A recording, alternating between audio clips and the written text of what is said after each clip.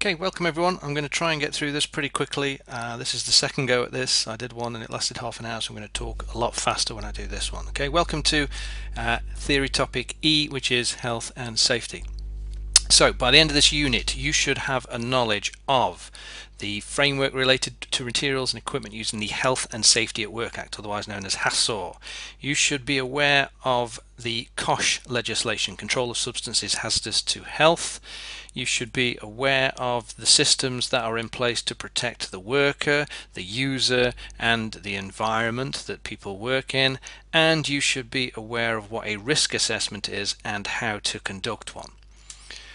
So everything that this topic is about all springs from this thing called the Health and Safety at Work Act, which was passed in 1974. And the key phrase in it is employers have a duty to ensure, so far as is reasonably practical, that employees and other visitors are protected at work. And not forgetting, of course, that this is law. It is the law that businesses have to do this. So the key phrase is so far as is reasonably practical. In other words, you don't have to go all out to provide safety. There is a modicum of common sense within the law itself. However, there are two organizations who enforce this. There is the Health and Safety Commission and the Health and Safety Executive. If you think of it, really, the Health and Safety Commission are the guys actually down on the streets, as it were, that do all the proper enforcing and all the investigation, and the HSE, the executive, are the ones that advise the government on what to do. So there's a few key features of the Health and Safety at Work Act. You can pause the video and read through these at length on your right, but essentially it just boils down to these 6 things here. In other words, providing a safe workplace, safe machinery, safe storage of dangerous things, first aid, training for people that work there, and correct signs that are going to be placed around the workplace. And just want to draw your attention to this phrase at the end here where it talks about personal protective equipment, otherwise known as PPE. The reason for that is that you are all familiar with PPE. You've worn goggles and aprons. Maybe you haven't worn a dust mask when you should have done, and I doubt if any of you have worn ear defenders unless you've been jigsawing a piece of mild steel. But if you do get a question in the exam, it will just relate to it as PPE, and if you do not remember what that stands for, you're going to be stuck. However, key thing to make sure you remember is that it's all about taking reasonable care of your own health and safety and that of others affected by your actions, okay? In other words, you're just as responsible as the people that you work for. Second thing we need to look at is COSH. COSH stands for the Control of Substances Hazardous to Health. That could be chemicals, paints, varnishes, dust, fumes, blah blah blah, etc, etc. Lots of things, lots of dangerous substances in the workshop which will be hazardous to your health. In other words, using chemicals will put people at risk, and employers have a duty to make sure that these things are used and stored correctly. If you don't, then you're going to hurt people and you're going to leave yourself open to being sued, taken to court, going to jail. You might have seen some symbols like this on tins of paint and various chemicals, and they're there because COSH says that they have to be there. Now, for us in the workshop, what we're concerned about is substances that are used during work, such as adhesives and paint. Any substances that are created as a result of activities, in other words, fumes. If you were soldering, for example, that's a little bit different to airborne particles, which is dust.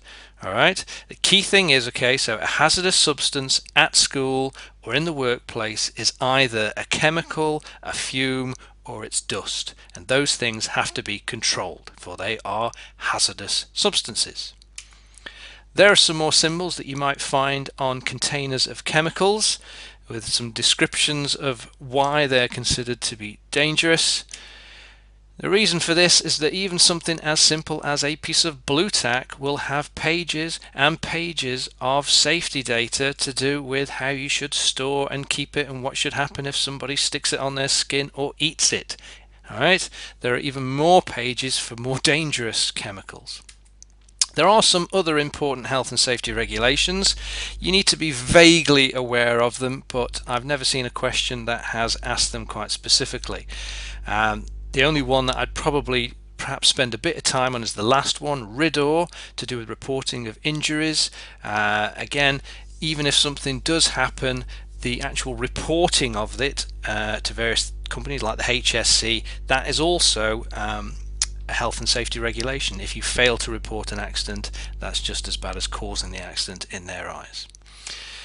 The next clip would have been a rather sort of funny video of the sort of claiming culture that is prevalent in this country nowadays, you know, call claims direct, etc., etc. You can watch the original video on the presentation, and that's totally up to you, but I'm going to skip straight past it because we need to talk about risk assessment.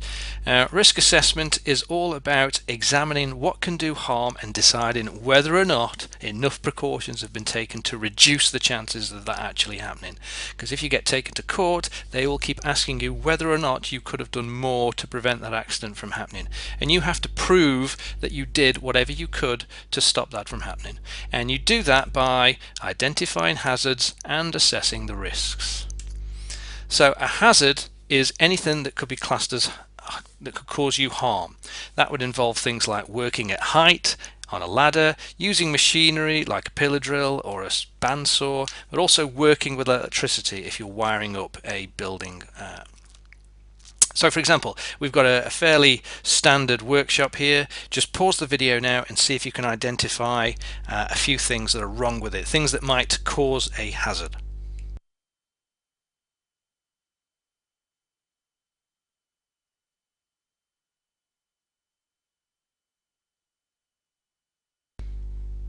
Okay, so hopefully you should have spotted a few things straight out the gate. I can see obviously there's lots of debris on the floor, tripping hazards. There's an open container of glue left on the circular saw. There are even tools left on the circular saw.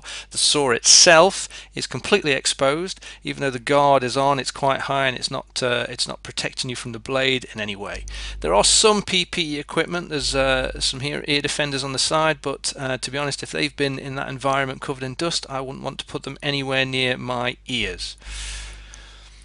So once you've identified hazards, you then need to identify something called risk.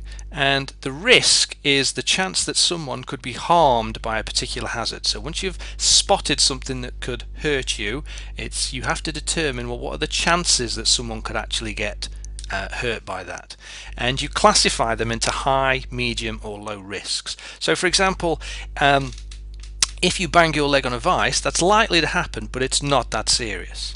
So you might say there that in terms of a risk, that would be classed as low, whereas cutting your hand on the bandsaw could happen and it would be serious if it happened. However, we have things in place to hopefully stop that, so perhaps the risk may be medium. Alright, certain things, certain tools may be classed as a high risk, but hopefully if you've taken steps to reduce all those things, then you should be fine to do them. There will always be an element of risk in a school workshop. That's the nature of the subject. However, if there's anything really still classed as a high risk, then you wouldn't do it. That might be doing some some of the stuff that either me or the technician has to do for you because it is a high risk. So we can't figure out a way of actually reducing the risk without us doing it ourselves. Now, if we were in the workshop, I would have done a nice little experiment with you to identify hazards and risks by getting you to place those stars around. All you need to do from this video is just try and imagine you're in the workshop. Where would you put those high risk stars, or the low risk? Low risk might be on cables that are left lying around. Medium risk might be on all the machines like the sander, the fret saws, the band saws. Maybe the bandsaw might be classed as a high risk. The circular saw could definitely be a high risk because you're never allowed to use that. Okay, so just get used to looking around the workshop and trying to assess things that might do you harm, but also combine that with the chances of that actually happening. Okay, so 5 steps to carry out an official risk assessment. You've already done a couple of them. Okay, so you've identified the hazards. The next stage then, as we said, identify who might be harmed and the exact nature of that harm. Yeah, who will get hurt, how will they get hurt. Then evaluate that risk and decide on how you will reduce the risk by putting in place certain control measures. Those control measures might be things like training, signs, guards, okay, anything like that. An important aspect of risk assessment is that you need to record everything that you do. So the risk assessment is published, it's filed away somewhere, and there will be a period of review. Very often that's a year, and you would then come back to that and assess whether or not everything's still the same, and then you'd set it again for another year. Most risk assessments would just carry through like that, but it might be that there's something else in place, something that's come about which might help you to reduce the risk even further. So let's quickly try it now. Okay, so you could print this off from the main sort of documents that are attached to all this. So imagine you were cutting a hole in a piece of plywood. The tools and equipment required would be, that's right, a pillar drill and some drill bits, maybe a piece of wood, but that's not really a tool or equipment. Try and think of 4 things that could happen. Just pause the video for a second now, have a think, and see whether or not you've got the same thing as me. Okay, thanks for pausing. Hopefully you could have identified these 4 things: that the work could spin and damage the hand, material could fly off and get into your eyes, the chuck key might have been left in, that would fly off and injure you, and lastly, any loose items of clothing could become entangled, but that could also include hair. One of the things you wouldn't have on here, which is often I see from students, is they say you drill a hole in your hand. It's actually quite difficult to drill a hole entirely through your hand. Yes, you could cut yourself, alright, but yeah, unless you just keep going and keep going, you're not going to end up drilling through your hand. Okay, take a few more seconds now and look at those 4 hazards and try and identify what 4 things you would do to prevent them. Pause the video now.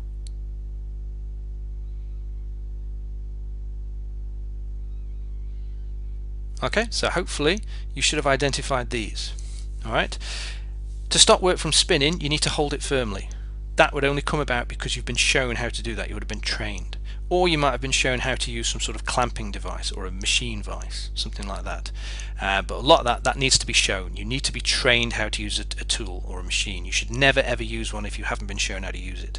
Secondly, goggles. The most important part of your body is your eyes. You lose an eye, that's it, it's game over. So make sure if you're doing anything on machinery you wear a pair of goggles. Third, that's going to come down to training, but you've also got to make sure that any guards that are on the machines are in place. They're like a second backup.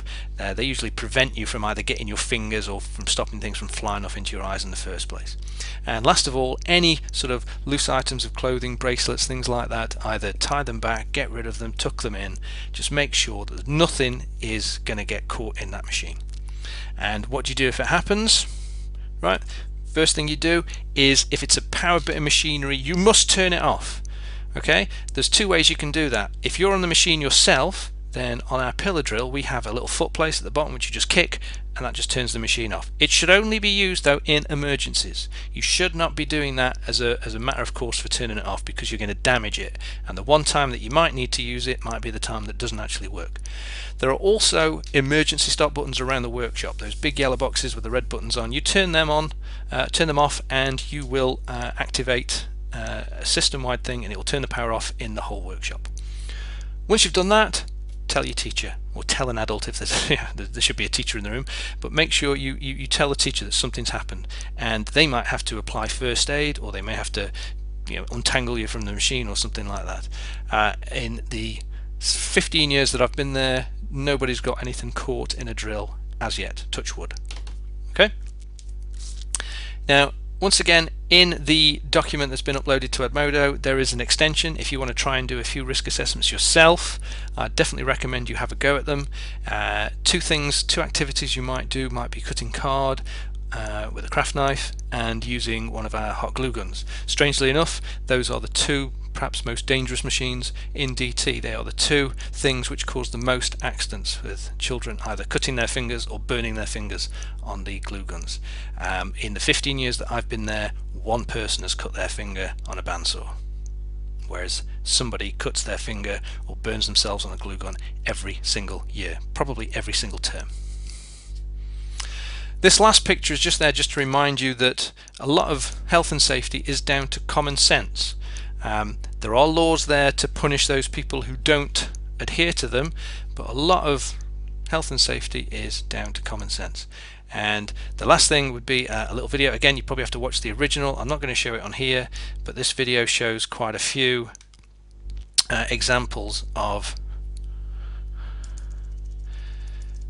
what can happen when you don't adhere to health and safety. And especially in a country like ours, we're very hot on health and safety, whereas in quite a lot of countries, a lot of developing countries, their attitude to health and safety is somewhat lax, as you may see in some of these examples. That's not their fault. That's probably a fault of the regulations and stuff in place. They won't have a Health and Safety at Work Act like we've got. Very often it might be down to a case of, let's say, stupidity, because they're rushing things, where this all comes down to common sense. Okay, but there's lots of these that you can watch, and if you download the original presentation, you can watch these to your heart's content.